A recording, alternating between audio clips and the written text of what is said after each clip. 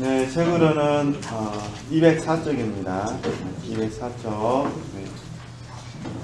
위에서 세 번째 줄부터 하도록 하겠습니다. 204쪽. 네, 기도하고 시작하겠습니다.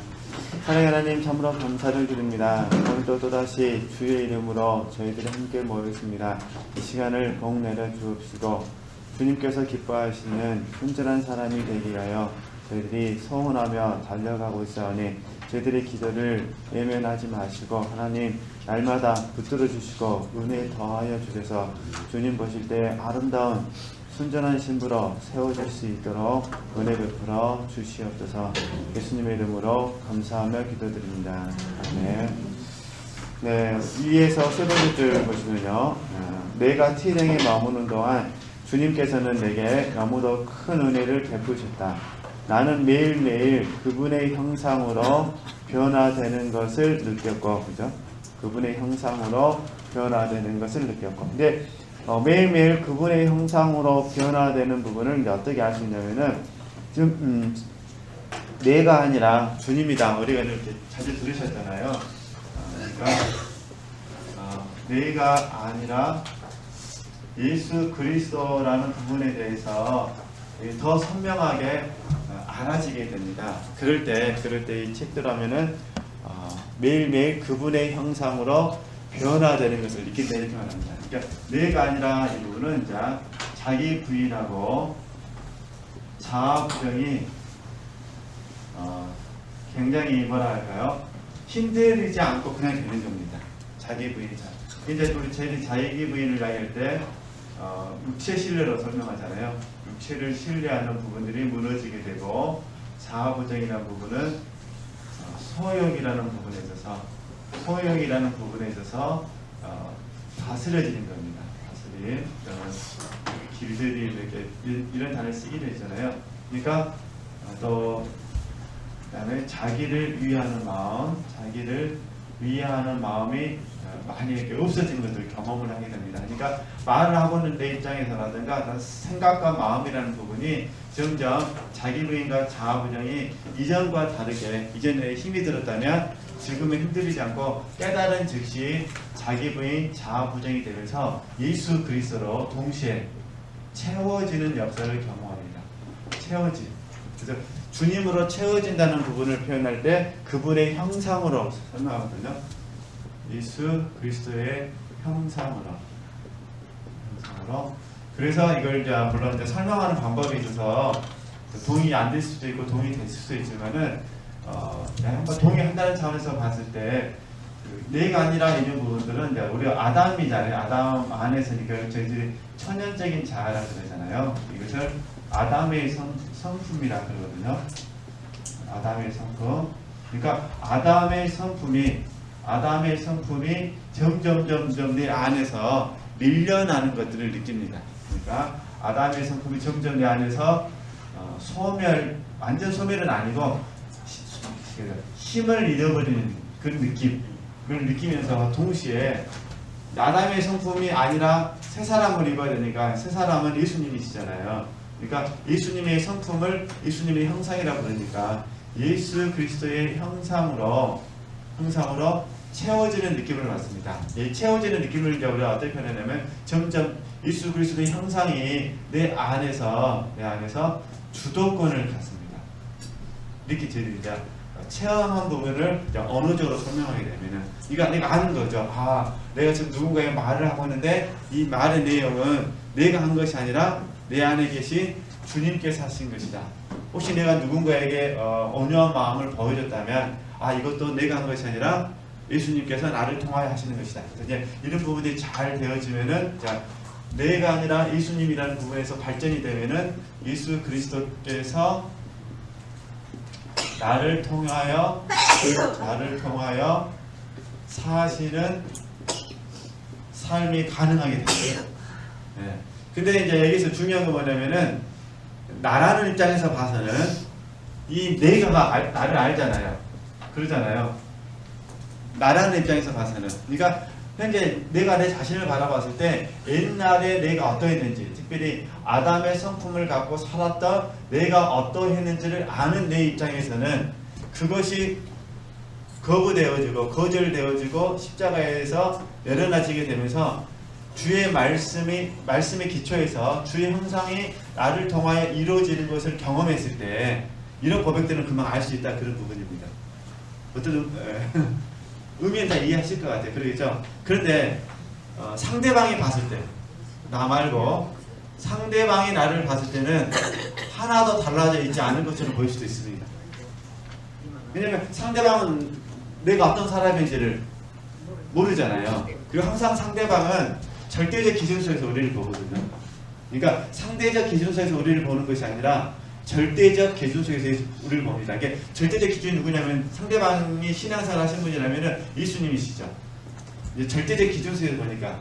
그래서 상대방이 목회자 저를 본다면 목회자가 어떠하냐가 중요한 것이 아니라 그분이 생각하는 예수님의 모습이 저를 통해서 그게 보여지느냐 보여지지 않느냐를 본다 그런 부분입니다. 그러니까 거의 대부분이 상대방을 통해서 상대방이 나 자신의 영성을 인정해 주는 경우는 어렵습니다. 솔직히. 그죠? 우리는 뭐 주님이 우리를 통해서 하시는 거지 내가 주님은 아니기 때문에. 그러니까 상대방이 나에 대해서 말하는 건 어쩔 수가 없는데 잔느경도 그러잖아요. 다시 봐보세요. 나는 매일 그분의 형상으로 변화되는 것을 느꼈고 자기 자신을 한 거예요. 그죠? 내가 옛날에 나로 살지 않냐고 지금 예수 그리스도로 살고 있는 모습이 알아졌다 이런 부분입니다. 이런 부분들을 이렇게 좀 구분하셔서 보실 수 있으셨으면 좋겠습니다. 혹시 상대방이 나를 바라보면서 아직 멀었다 하더라도 너무 속상하지 않으셨으면 좋겠어요. 인정해버리면 됩니다. 맞아. 왜냐면은 우리가 10가지를 10번을 잘해도요 11번째에 유신을 해버리면은 상대방은 10번째를 다 잊어버립니다. 그리고 지금 뭘만 보냐면은 지금 11번째 육신을 한 것만 보고 이 육신이 전부라고 말합니다. 근데 우리도 또 상대방을 보면 또 그러거든요. 우리도 그래서 상대방을 보면서 그동안 10번 했던 건 다 잊어버리고 지금이 중요해. 지금 안 하면 아무것도 아니야. 이렇게 또 우리도 말합니다. 이건 피장파장입니다. 그렇기 때문에 이런 부분들을 좀 주의하시면서 그렇게 보도록 하겠습니다. 이렇게 잔느경을 느껴집니다. 그러나 잔느경을 싫어하는 사람은 절대 그걸 느끼지 못합니다. 그죠? 잔느경의 변화를 모르니까요. 그 다음에 다른 사람들에 비해 영혼의 상태를 잘 알 수 있는 뭐라는 거죠? 분별력을 갖게 됐다. 그러나 나는 분별력을 사용함으로써 당하게 될 고통을 피하고 싶었다. 지난주에 잠깐 말씀을 드렸잖아요. 우리가 영적 분별력이 생기면 지체듣게 생각할 때는 굉장히 좋으실 것 같지만 물론 좋긴 좋습니다. 좋긴 좋은데 영적 분별력이 생김으로 말미암아 우리가 경험해야 될 고통은 있습니다. 보겠습니다. 내가 다른 영혼의 상태에 대해 락홍부 신부님에게 이야기하거나 편지를 쓰면 신부님은 그 영혼이 내가 생각하는 것보다 영적으로 완전하게 성장했다는 의미로 뭐라는 거죠? 받아들였다. 신부님은 내가 자기처럼 생각하지 않는 것을 뭐라는 거죠? 교만하기 때문이라고 했다. 신부님은 내게 화를 냈고 내 상태에 대해서도 뭐라고 하죠? 편견을 갖게 됐다. 이게 문제예요. 이걸 저희들이 이제 보편적으로 말할 때 이제 관점의 차이라고 부르거든요. 그러니까 보통 관찰이라는 단어를 쓸 때는 어떤 사물의 차이점을 다른 점을 볼 때 관찰이라는 걸 쓰고요. 어떤 그 안목에 대해서 설명할 때는 관점이라는 단어를 쓰거든요. 이거 봐보세요. 우리 A라는 사람을 바라볼 때 나는 혼적으로 볼 수가 있어요. A라는 사람은 혼적인 사람이다. 근데 나의 친구는 A라는 사람을 바라볼 때 영적이다라고 바라볼 수 있다는 것입니다. 이제 이 둘 중 한 명이 틀렸겠죠. 근데 만약에 내가 성령의 감동하심 속에서 받고 그 상대방 친구는 성령의 감동하심이 아니라 선한 자아로 말미암아 영적으로 이해를 했다고 본다면 내가 친구에게 말을 했을 때 친구가 나에게 어떻게 말을 할 수가 있을까요? 랑콩부 신부님 했던 말 그대로 하겠죠. 그러잖아요. 그러니까 이런 고통이다 그런 부분입니다. 그래서 어쩔 수 없이 우리 지체들께서 누군가의 영혼을 보셨다면 본 것이 중요한 것이 아니라 왜 하나님께서 보게 하셨는지에 대해서 관심을 가지시고 하나님께서 내게 요구하시는 부분에 대해서 감당하려고 하셔야 됩니다. 실질적으로 제가 친구라는 단어를 썼지만 친구 입장에서 봐서는 선한 자, A라는 사람을 바라보면서 선한 자의 모습 속에 속을 수도 있고, 아니면 이 친구의 성품 자체가 선해가지고, 어떤 의미 아시죠? 친구 성품 자체가 선해가지고 절대로 나쁘지만은 나쁘게 말하지 않을 수도 있는 것입니다.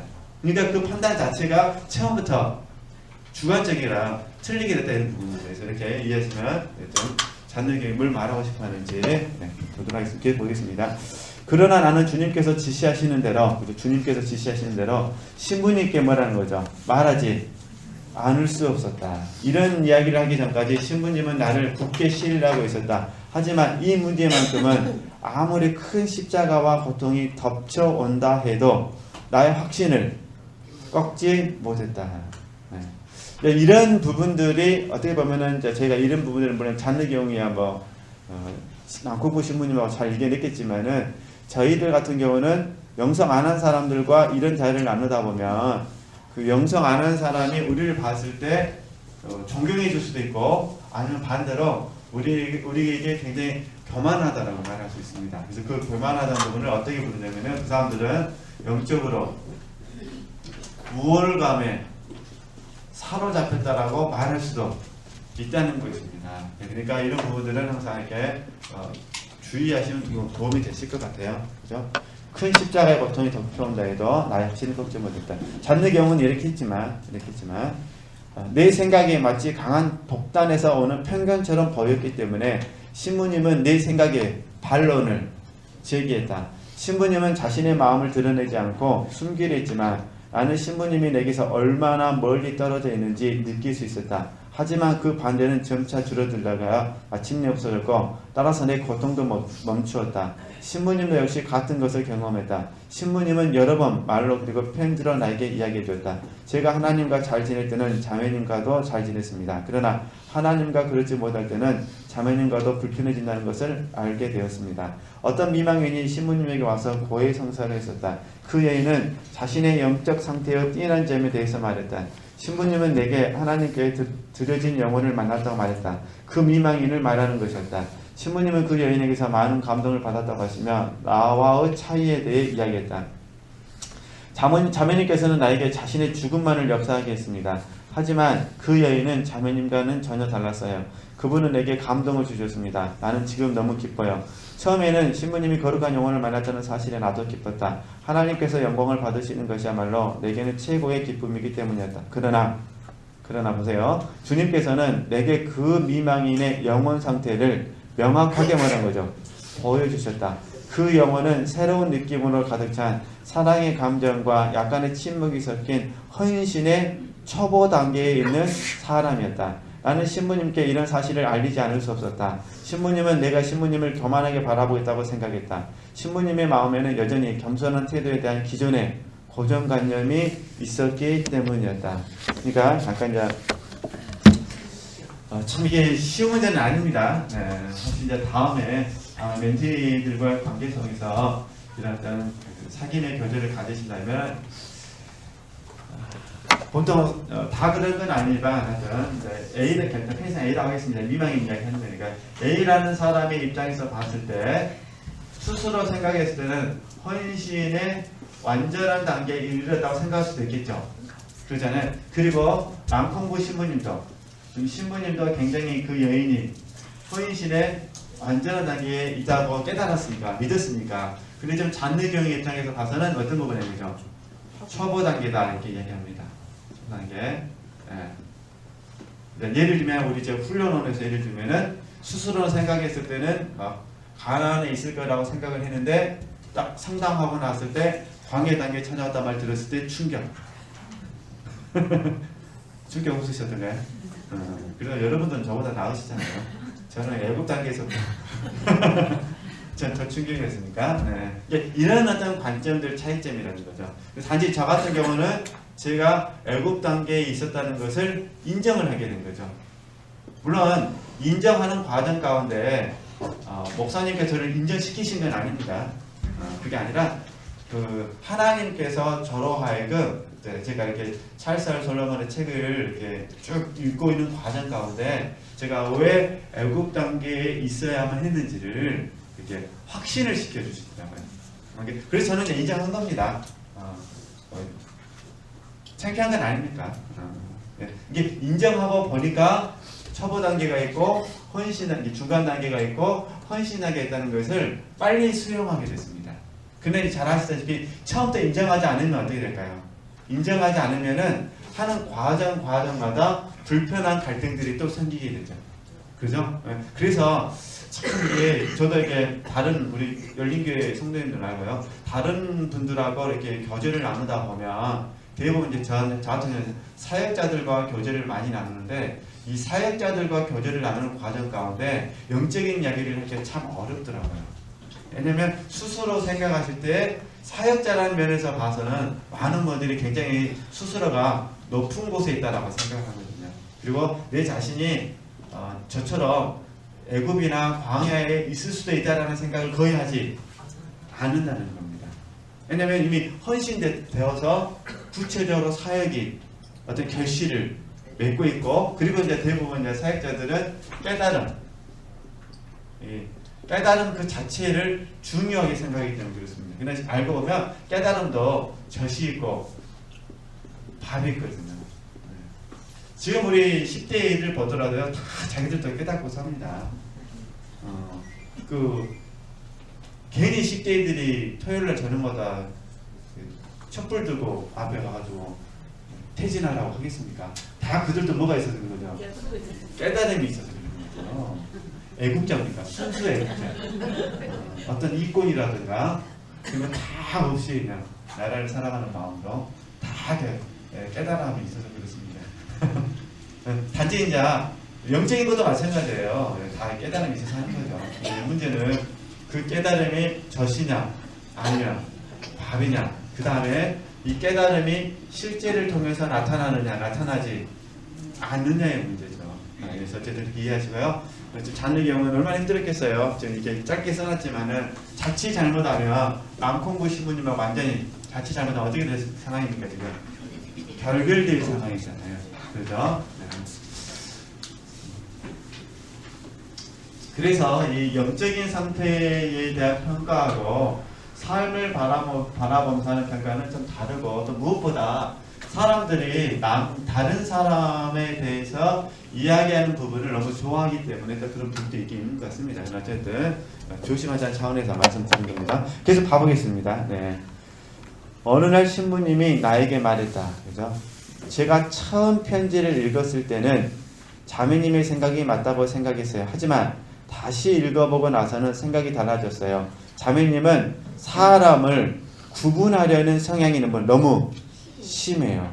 그것은 교만이 자매님의 마음속에 살아있기 때문입니다. 그러나 얼마 지나지 않아 신부님은 나에 대한 신뢰를 회복했다. 그리고 내가 행하는 대로 계속 믿으라고 말했다. 네. 미안합니다, 자매님. 제가 처음 그 여인을 만났을 때 나는 그 여인의 영적 상태가 대단히 안정적이라 생각했습니다. 하지만 생각과 너무 다른 모습을 보게 되었습니다. 자매님의 생각이 옳았습니다. 사실 나는 신부님에게서 그 여인에 관한 이야기를 들었을 때 단 한순간에 그녀의 영적 상태를 분별할 수 있었다. 그렇죠? 단 한순간에. 그 대신 지체들에게 이런 분별력이 있으시다면 항상 조심하셔야 됩니다. 그래서 이런 분별력을 깨달았을 때 중요한 부분은요, 갈라디아서 6장 1절에서 5절 말씀을 꼭 적용해 주셨으면 좋겠습니다. 네. 그 다음에 로마서 15장 1절에서 7절 말씀, 그러니까 갈라디아서 6장 1절에서 5절 말씀하고요, 로마서 15장 1절에서 7절. 그래서 이제 제가 드리고 싶은 건 뭐냐면, 분별 자체가 목적이 아닙니다. 그죠? 분별 자체가 목적이 아니에요. 이게 전에 말씀드렸는데, 우리가 분별하는 이유는 여러 가지가 있습니다. 가장 정답은 뭐냐면은 하나님의 나라를 감당하기 위해서 분별하는 겁니다. 물론 분별하도록 도와준 게 영적 지각이잖아요. 그러니까 하나님께서 지각을 통하여 우리에게 분별시켜 주신 가장 큰 이유는 하나님의 나라를 감당하도록 하기 위해서 하신 겁니다. 근데 이거를 좀 좁게 적용하면은 절대 우리가 속지 않기 위해서, 속지 않기 위해서는 반드시 분별력이 있어야 됩니다. 속지 않아야 됩니다. 그죠? 그러면 누구에게 속지 않느냐? 마귀에게. 그죠? 누구에게 속지 않느냐? 자기의 혼에게. 그죠? 누구에 속지 않느냐? 다른 사람에게 속지 않기 위해서 우리는 분별력이 있어야 됩니다. 그러니까 랑콩보 신부님은 속은 거예요, 지금. 분별되지 못했으니까. 그죠? 네. 그 다음에 이제 두 번째는요. 두 번째가 이미 제가 앞에서 말씀드렸지만은 잘 감당하라고. 이게 뭐야? 섬기라고 주신 거죠? 섬기도록 하시기 위해서. 네. 섬기도록 하시기 위해서. 그래서 이 분별력을 갖는다는 것은 한편에서는 큰 축복이지만 한편에서는 자녀의 경우처럼 겪어야 될 많은 갈등이 있습니다. 그래서 실제적으로 저와 여러분이 영성훈련을 한다라는 그것 때문에 오해를 많이 받는 이유 중 하나가 그겁니다. 왜냐하면 우리가 단계를 구분하잖아요. 그러니까 신앙생활하는 과정 가운데 우리가 어쩔 수 없이 단계를 강조하다 보니까 이 부분에서 오해를 받는 것 같아요. 주로 많이 오해를 받는 게 단계 부분. 어떻게 신앙생활에 단계가 있느냐. 근데 여기 단계라는 부분도 오해를 많이 받고요. 또 하나는 어떻게 우리가 사람이 영적 상태를 알 수가 있느냐. 이렇게 해서도 오해를 많이 받는 것 같아요. 나머지 부분은 오해는 아니고 그냥 그쪽 분들 경계하기 위해서 만드는 이야기고요. 주로 제일 많이 오해를 받는 것은 어떻게 신앙생활하는 과정 가운데 단계를 이야기할 수 있느냐. 이 단계 부분하고요. 또 하나는 어떻게 영적 상태를 알 수가 있느냐. 이 두 가지거든요. 제가 봤을 때. 근데 이제 뭐 자녀 경도 그러잖아요. 단계를 고백을 하고 영적 상태를 이렇게 이야기하잖아요. 그렇죠? 그러니까 단계라는 거는 절대 어렵게 생각하실 필요가 없으셔요. 쉽게 말해서 이렇게 이해하시면 돼요. 육에 속했냐, 육신에 속했냐, 그 다음에 영에 속했냐. 바울 사도가 이야기했던 육이냐, 육신이냐, 영이냐 이 부분을 저희는 이스라엘 백성들의 여정으로 바라보는 거죠. 그죠? 여정으로 바라봐서 단계를 이야기하는 거고. 그 다음에 두 번째는 성령 하나님께서 그 단계를 통해서 상대방이 육에 속했는지 육신에 속했는지 그 다음에 영에 속했는지 또 영에 속했다면은 초기 단계인지 중기 단계인지 그 다음에 성숙한 단계인지 이렇게 보기를 주신 거니까. 그리고 또 더 깊게는 존재와 상태라는 입장에서 봤을 때 지금 상태라는 면이 영으로 하고 있는지 육신으로 하고 있는지를 조명해 주셔서 성령이 가르쳐 주시니까 하는 거죠. 이해되시죠? 네. 그런데 이제 이 부분에 대해서 동의되지 않은 사람의 입장에서는 얼마든지 반론을 제기할 수 있을 것 같아요. 동의가 안 되면 어쩔 수 없지 않겠습니까? 네. 그러니까 이렇게 이해하시면 우리 지체들께서 혹시 하나님께서 분별력 주신다더라도 바르게 적용할 수 있으면 좋겠습니다. 절대 판단하시면 안 됩니다. 판단하면 큰일 납니다. 네. 막 우리 지체들께서요 다른 사람들의 그 결점들이 막 보이면서 판단의 마음이 막 들어오시잖아요. 그러면 그 분별 자체가 하나님께서 주지 않으실 가능성도 굉장히 많습니다. 그때는 정말 조심하셔야 됩니다. 네. 봤기 때문에 괴로운 건 잘못된 겁니다. 그죠? 이제 보셨다면 뭐 하셔야 돼요? 그러니까 제가 감당사는데요. 감당의 최고의 단계가 기도입니다. 기도. 감당의 최고의 단계. 우리 제 말은 지체들께서 누구의 모습을 보셨게 쉽게 말해서 혼적인 상태를 보셨다. 아니면 결점을 보셨다. 그럼 반드시 뭐 하셔야 돼요? 기도하셔야 돼요. 그래서 제가 로마서 15장 7절 말씀을 이렇게 적어드린 이유가 뭐냐면은 이웃을 기쁘게 해야 된다. 나를 기쁘게 하는 것이 아니라 다른 사람을 기쁘게 해야 된다. 그죠? 기도하실 때 그의 기쁨이 되기 위해서 기도하신다 그 말입니다. 내가 괴로워서 기도하실 것이 아니다. 많은 분들이 상대방의 그 결점을 보게 되면은 기도하시면서 너무 힘들어하셔요. 그 결점이 판단과 정죄가 나가니까. 결점이 판단과. 가만히 속상할 때만 봐보세요. 가만히 속상하실 때 왜 성질을 내세요? 속상할 때.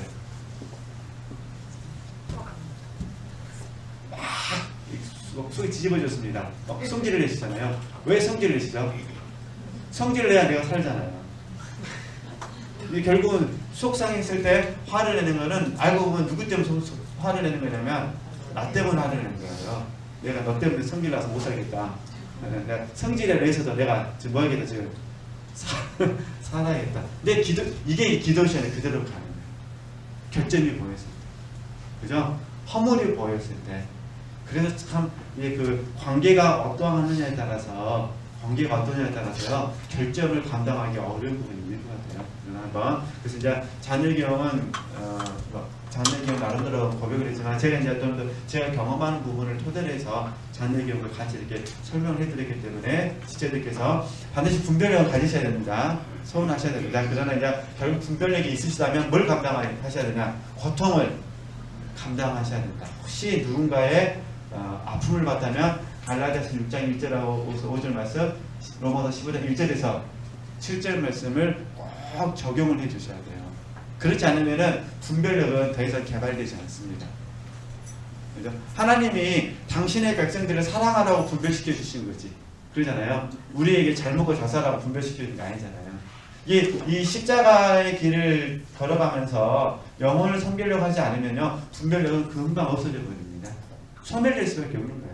그러나 힘들고 어렵지만 영혼을 섬기기 위해서 그 고통을 감당하려고 하면 하나님께서 분별력도 주시고 감당할 수 있는 힘도 주시고 지혜도 주시고 또 우리가 미처 감당하지 못할 때는 피할 길도 열어주시고 주로 보니까 사람과의 관계에서 피할 길은 뭐냐면요, 하나님이 여기까지만 하게 하시더라고요.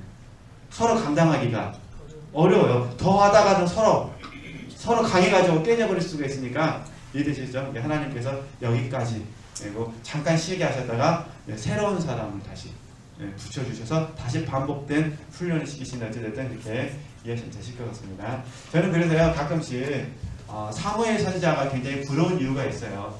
어떻게 이 사무엘 선지자는 사울왕을 위해서 밤새 내내 기도할 수 있었을까? 결국 하나님이 사무엘 선지자를 설득시키잖아요. 이제 그만 기도해라. 그리고 다윗에게 보내시잖아요. 그죠? 예. 근데 우리는 이제 누군가의 결점이 보이면은 기도 안 하고 뭐만 합니까? 밤새 내느냐? 어떻게 나한테 이럴 수가 있어요? 이러다가 저도 이러면서 배웠습니다. 저도 이러면서 배웠고요. 그러다가 제가 나중에 깨달았던 게 어떤 부분이냐면 죽음 앞에서는 모든 것을 용서할 수가 있구나. 차라리 살아계실 때 용서할 걸 내가 왜 이런 잘못을 했을까? 후회가 심합니다. 그 이후로 계속 어떤 분하고 관계가 어려움이 있을 때마다 그 생각을 합니다. 장례식장 앞에서 영정사진이라고 그러잖아요. 영정사진 앞에서 내가 왜 이렇게 쉬운 걸 왜 제가 용서를 못했을까요? 하고 하면서 그 마음으로 돌아가신 분이 뭐 듣겠습니까? 제 스스로 고백했던 내용들을 지금도 제가 힘들 때마다 그 생각을 막 합니다. 그러니까 한번 지체들께서 한번 이렇게 힘드실 때마다 적용을 해보셨으면 좋겠습니다. 참 대단하죠? 다시 위에서 하나, 둘, 셋, 네 번째 좀 보실래요? 사실 나는 신부님에게서 그 여인에 관한 이야기를 뭐 했어요? 들었을 때 단 한순간에 그녀의 영적 상태를 분별할 수 있어요. 이걸 우리 직관이라고 그러잖아요. 그죠? 직관을 통해서 상대방의 영적 상태를 아는 거죠. 우리처럼 하지는 않았겠지만은 단지 이분이 헌신의 초기 단계다 이렇게 얘기했잖아요. 계속 보겠습니다. 어느 날 밤 꿈을 줬고 일종의 반복된 이야기예요. 하나님께서 자녀에게 영적인 상태를 알려주시고 그것을 통해서 어떻게 영을 섬기게 했다 그런 내용이니까. 그래서 정리하면 이웃을 섬기라고 뭐라는 거죠? 은사를 주셨다 이런 부분입니다. 어느 날 밤 꿈을 꿨다. 주님께서는 내게 맡기셨던 하늘을 정결케 하고 자아에 대해 진실로 못 바뀌게 하시겠다고 하셨다. 나는 랑콩부 신부님을 위해 그랬던 것처럼 그 하늘을 위해서도 기꺼이 고통을 받아 드리겠다고 결심했다. 그 하늘은 신부님보다 훨씬 더 강하게 하나님께 저항했고 자기의 힘 아래 묶여 있었다. 하지만 그녀는 어려웠던 만큼 더 자신에게서 정화되었다. 나는 그녀가 자기 자신에 대해 품고 있는 생각 때문에 힘이 되었다. 나는 우리의 부패된 자아가 십자가에서 죽을 때만 사탄이 우리를 해칠 수 없다는 것을 명확히 알았다. 하나님께서는 이 사실을 보게 해주신 것이다. 하나님께서는 내게 영을 분별하는 능력을 주셨고, 이 분별력은 나로 하여금 하나님께 온 것은 무조건 뭐라는 거죠? 받아들이게 하신다. 이렇게 되면 하나님의 주권 앞에 우리가 굴복하거나 존경하게 되어 있습니다. 쉽게 말해서 하나님의 주권을, 왜냐하면 하나님께로 온 것은 하나님의 뜻이잖아요. 그러니까 올소이다 이렇게 된 것은 하나님의 뜻입니다라고 하면서 굴복되어지거나 아니면 그 뜻을 사랑해버리는 거예요. 너무너무 사랑스러워서 이렇게 되면 이제 존경이 되겠죠. 물론 다른 것은 무조건 어떤 거죠? 거부하게 만들었다. 영을 분별하는 것은 상식적인 방법이나 외적인 정보에 의해서 이루어지는 것이 아니고 그분의 선물인 내적인 원리에 의해서만 가능합니다. 저희들이 이걸 성령의 빛비침이라고 부르기도 하고 성령께서 판단하신다, 성령께서 판결하신다 부르기도 하고 또는 직관을 통해서 우리가 알 수 있다 이렇게 부르기도 하고 그럽니다. 또는 영적 안목 영감 이런 단어를 쓰니까요. 유사한 말이니까 이렇게 종합적으로 이해하시면 되실 것 같습니다. 영적인 빛과 열정에 있어서 어느 단계까지는 지금 단계를 썼잖아요. 그렇죠? 어느 단계까지는 성장한 사람은 많이 있다. 하지만 그것이 아직은 자신에게 인격화되지 않은 영혼들이 있다. 그들은 종종 자신이 영적 분별력을 소유했다고 생각한다. 사실 이것은 본성에 대한 동정심이나 혐오감에 불과할 뿐이다. 주님께서는 내 안에 있는 여러 종류의 본성적인 혐오감을 모두 파괴하셨다. 영혼은 아주 순수하게 하나님 한 분만을 의지해야 하기 때문에 모든 일을 하나님 안에서 뭐라는 거죠? 경험해야 한다. 그러니까 잠깐 예를 들면 이런 부분입니다. 저와 여러분이 하나님을 위하여 죽을 수 있는 마음을 가지고 기도할 수 있습니다. 그 다른 사람이 보기에는 정말로 헌신되었다고 말합니다. 그죠? 근데 지금 잔뜩이 표현하는 거 뭐냐면은, 그런데 이 죽을 수 있는 마음의 출처가 마음, 감정에서 나왔다면, 이 뜻이죠. 마음, 감정에서 나왔다면 이것은 절대 영적인 것이 아니다. 그런 부분입니다. 예를 들어서 봐보세요. 선비님이, 물론 지금 선비님 없지만, 그죠? 선비님이 목사가 됐다고 생각을 해보세요. 그죠? 그러면 이 목사님은 모든 말씀을 선포할 때 선비 정신으로 하죠. 그럴까요? 안 그럴까요? 그러면 설교가 될 겁니다. 여러분이 나에게 칼을 내 목에 대더라도 난 절대로 절개를 버리지 않겠습니다. 선비님들 그러잖아요. 선비님들은 나라를 위하여 목숨을 바치고, 그다음 뭐라죠? 임금님의 뜻이라면은 무조건 복종하고, 이런 식으로 적용을 하게 되겠죠. 제 말은 이 목사님을 움직이는 힘이 성령이 아니라 선비 정신일 가능성이 많이 있다. 그런데 사람들이 보기에는 그 목사님을 보면서 예수님의 형상을 보는 것이 아니라 선비에 대한 걸 보는 거죠. 우리 목사님은 선비 같아. 이건 칭찬이 아니라 알고 보니 이건 뭐니까. 목사님을 통해서 주님을 만나야 되는데 주님이 안 보이고, 우리 목사님은 착해. 그러면 조문은 아닙니다.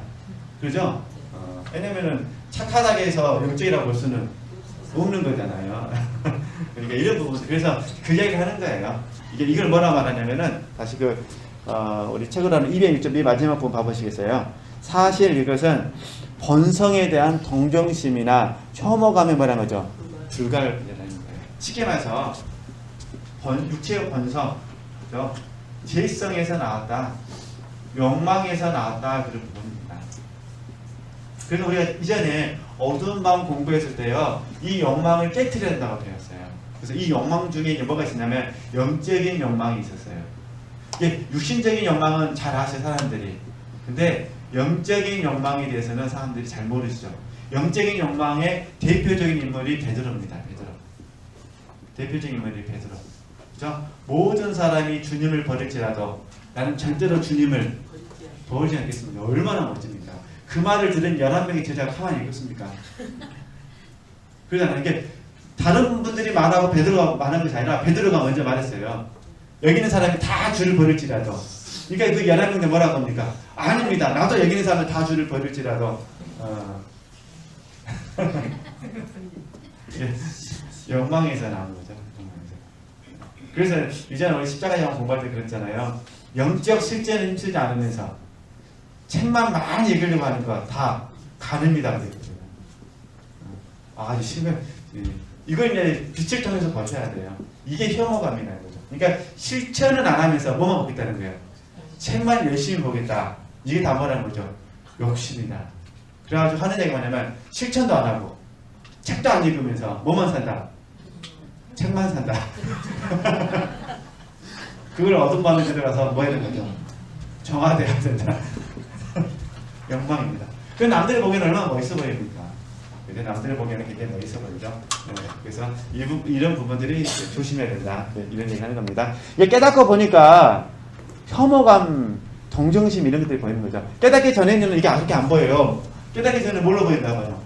헌신을 보인다니까요. 근데 성령이 조명해 주셔서 깨닫거나 실제성에서 깨닫게 되어지면은 그런 내 자신이 이렇게 삶을 살았던 내 자신이 너무너무 부끄러운 거예요. 너무너무 싫은 거예요. 가끔씩 그런 경험 하시잖아요. 내가 내 자신이 싫으실 때 있으시죠? 내가 왜 그때 그 말을 하고 이 바보처럼 내가 해요. 그냥 이 바보 멍충이 막 해가면서 그냥 머리를 때리시잖아요. 그냥 한번 세게 때려도 아픈 일, 그 다음부터 어떻게 했습니까? 이제 사살 때리시잖아요. 네. 근데 하나님께서는 그런 과정을 통해서 나중에 합력하여 선을 이루시는데 어떻게 이루시냐면요. 자아가 철저하게 십자가에서 죽어야 된다는 것에 대해서 전적으로 동의하도록 그리고 우리가 전적으로 동역하도록 하나님을 만드십니다. 이게 진리 단계입니다. 네, 진리 단계. 그래서 진리 단계에서는 성령을 의지해서 우리가 질성과 싸우는 겁니다. 아직 피 흘리기까지 내가 싸우지 아니했다는 말씀을 이해할 수가 있는 겁니다. 그러니까 이걸 가르쳐주기 위해서 지금 어떤 부분이 있는 거죠? 과정 속에서 지금 다시 그걸 이해하시고 책을 보시면요, 206쪽 밑에서 두 번째 쪽도 이해하시면 돼요. 하지만 그것이 아직은 자신에게 뭐라는 인격화되지는 않았다는 것입니다. 그들은 종종 자신이 영적 분별력을 소유하다 생각합니다. 사실 이것은 본성에 대한 동정심이나 혐오감에 불과할 뿐이다. 주님께서는 내 안에 있는 여러 종류의 본성적인 혐오감을 모두 파괴하셨다. 그죠? 철저하게 내가 아니라 주님이 되도록 지휘 단계에서 훈련을 시키셨다. 그런 부분입니다. 이렇게 이해하시면은 본문을 이렇게 충분히 이해하시는데 도움이 되실 것 같습니다. 영혼은 아주 순수하게 이렇게 되어질 때 하나님 한 분만을 의지하기 때문에, 그죠? 이걸 우리 의례라고 배우셨잖아요. 모든 일을 하나님 안에서 경험해야 한다. 그 하나가 내적으로 정결케 됨에 따라 내 고통도 줄어들어. 그럴 수밖에 없겠죠. 그렇죠? 그러나 고통은 주님께서 그녀의 상태가 변화될 것이라고 알려주시고 실제 그렇게 될 때까지 어떻게 되는 거죠? 지속됐다. 이게 해산하는 수고거든요. 한 영혼을 얻어들이기 위해서 해산하는 수고를 하는 겁니다. 그죠? 영혼들 때문에 생기는 이런 내면적인 고통에 비하면 외부적인 핍박은 사실 아무것도 아니다. 그러니까 지금 잔느경을 보면, 자, 이제 계속 공부를 하고 있으니까요. 이걸 저희들이 이제 지난주에 공부했잖아요. 십자가의 역사를 우리가 받아들여야 된다 배우셨잖아요. 그렇죠? 그러니까 외부적으로는 마귀가 계속해서 인간관계를 통해서 핍박을 했습니다. 그게 크게 뭐냐면 오해였잖아요. 그렇죠? 특별히 자기 오빠를 비롯해서 가족들, 친척들, 친구들 이렇게 핍박이 있었고, 그 다음에 내부적으로는 영혼을 얻어들이는, 해산하는 수고, 이 두 가지가 지금 공존해 있었는데 잔느경의 고백에 하면은 내부적인 것에 초점을 맞추다 보니까 외부적인 부분에 대해서 그걸 힘들게 느껴지지 않았다. 그러면 잔느경은 어떻게 이런 부분들을 능히 이겨낼 수 있었을까? 우리 그냥 약간 깨닫고 우리에게 적용해보자, 그런 부분입니다. 그러니까 잔느경의 입장에서는 우리가 조금 전에 읽었지만은 모든 것을 하나님의 뜻으로 받았다고 그랬잖아요. 그죠? 이게 쉽게 말해서 하나님과 관계를 맺은 거예요. 하나님과. 그러니까 일, 사람, 환경과 관계를 맺는 것이 아니라, 그죠? 일을 허락하신 하나님, 그 사람을 허락하신 하나님, 그 환경을 허락하신 누구와요? 하나님과 관계를 맺고 하나님과 화목하기를 원했어요. 그렇죠? 근데 우리는 하나님과 화목하기보다는 우리는 일과 화목하고 싶고, 그 사람과 화목하고 싶고, 그 환경과 화목하고 싶고, 그죠? 화목하고 싶은 거죠. 이게 그렇기 때문에 우리가 잔느경의 이런 가르침을 이해할 것 같으면서도 이해하지 못하는 이유가 여기 있는 것 같아요. 이게 우리는 지금 우리가 경험하고 있는 일과 잘 돼서 일과 화목하고 싶고 그 사람과 화목하고 싶고 그 환경과 화목하고 싶은데 예수님이나 자녀의 경우 그렇게 하지 않으셨다는 거예요. 오직 누구와 화목하기로 원하셨던 거죠. 하나님과 화목하기로 원하셨어요. 그러니까 외부의 핍박이 있어도 견뎌내고 내부의 고통이 있어도 견뎌낼 수 있었다. 그런 부분입니다. 이렇게 이해하시면 좀 도움이 되실 것 같아요. 네. 자, 잠깐 보겠습니다. 자, 제네바의 주교님은 여러 사람들에게 편지를 썼다. 나에게 편지 내용을 전할 만한 사람이면 나에 대해 칭찬을 했다. 하지만 그렇지 않을 사람에게는 나를 어떻게 된 거죠? 아주 나쁜 사람으로 묘사했다.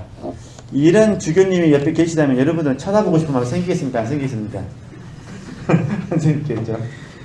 네, 주교님에게서 편지를 받은 사람들은 서로 편지를 돌려보다가 주교님의 이중성에 충격을 받았다. 참, 네.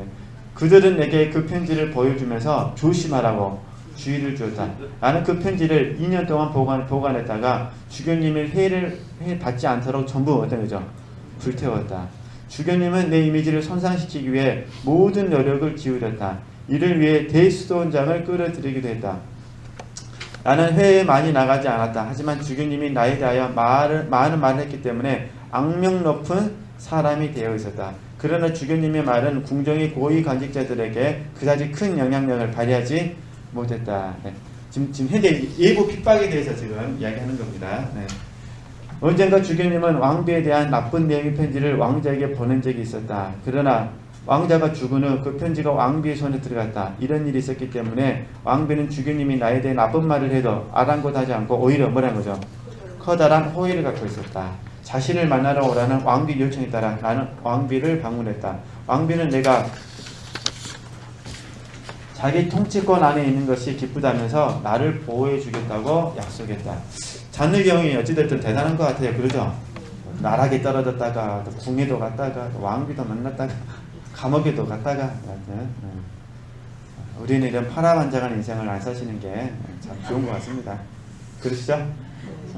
순탄하게 그냥 살면서 열린교회 왔다 갔다 하면서 정말 정신없을 것 같아요. 그러잖아요.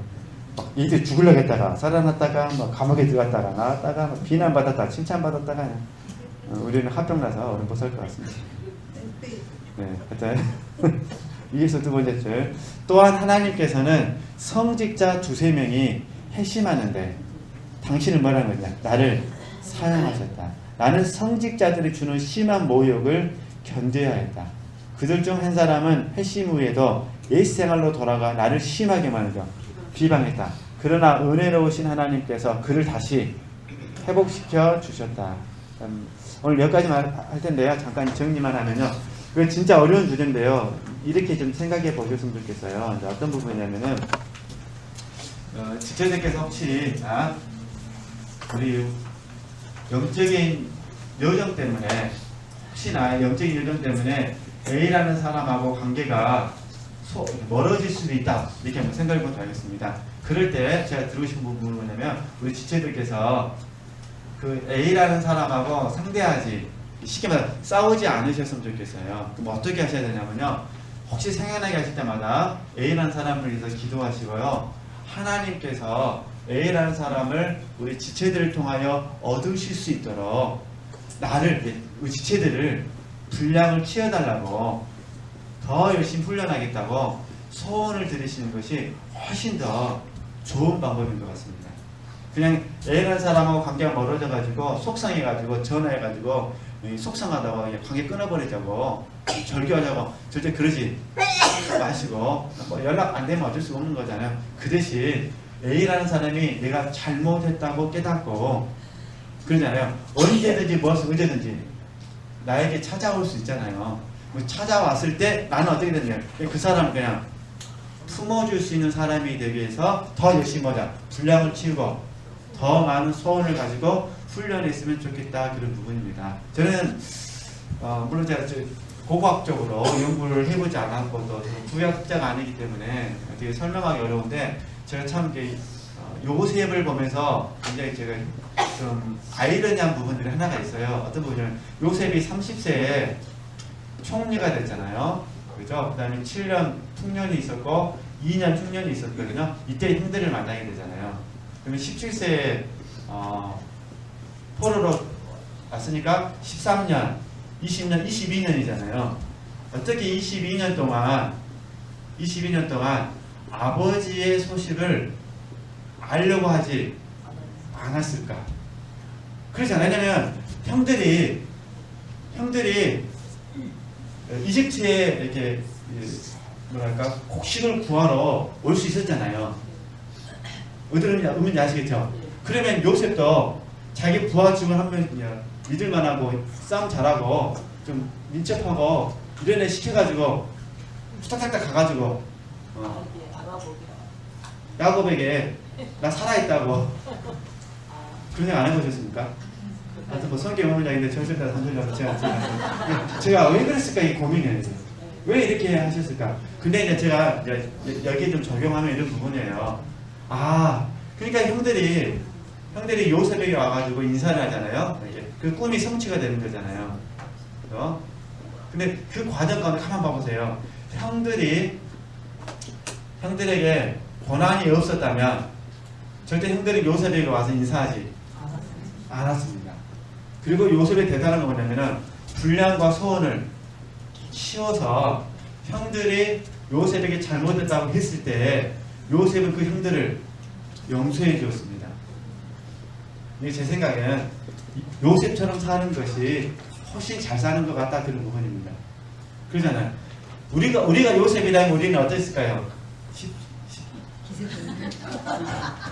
한 20년 동안 칼을 갈면서 형들 만나기만 해봐라, 형들 만나기만 해라 이럴 수도 있었을 거예요.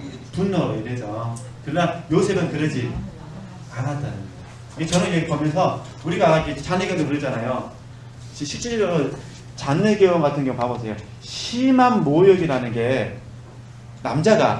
성자인 남자가 가부인 30대거죠.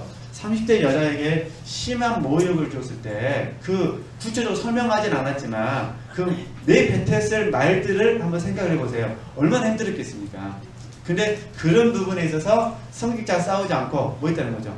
하나님 앞에서 자기의 분량과 영적으로 진보하려는 소원을 갖고 있었다가 그 성직자가 잘못했다고 돌아왔을 때 그 영혼을 뭐 했더라? 품었더라. 그래서 저는 개인적으로 힘들고 어려운 길이지만 우리가 요셉처럼 이런 삶을 사는 것이 좀 더 낫지 않을까. 그러면서 제가 느꼈던 게 그거예요. 맞구나.